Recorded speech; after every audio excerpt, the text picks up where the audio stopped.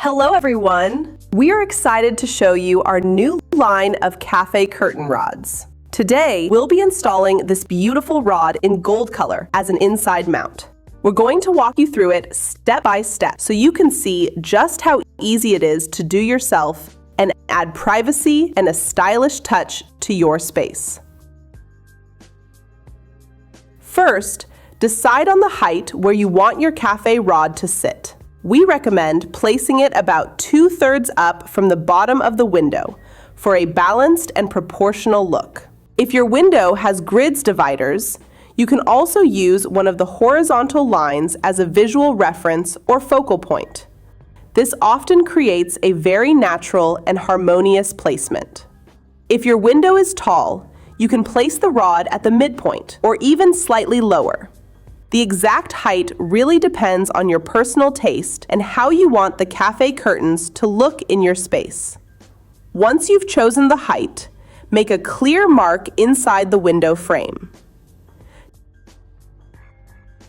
To measure the width for your café curtain rod, start by measuring the inside width of your window frame at the exact height where you marked the placement of your rod. Measure from one inner edge of the frame to the other. This will give you the precise distance where the rod will sit. We are asking you to provide tight measurements, and we will make all the necessary deductions.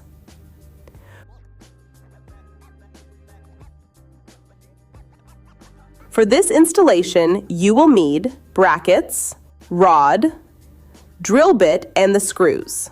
Rings are optional.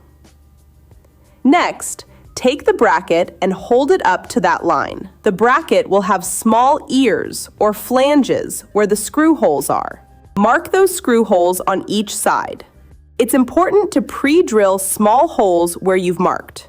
This prevents the wood frame from splitting when you insert the screws. Just a quick drill on each mark will do. We used a 9/64 inch drill bit, which is the correct size for the screws included in the package.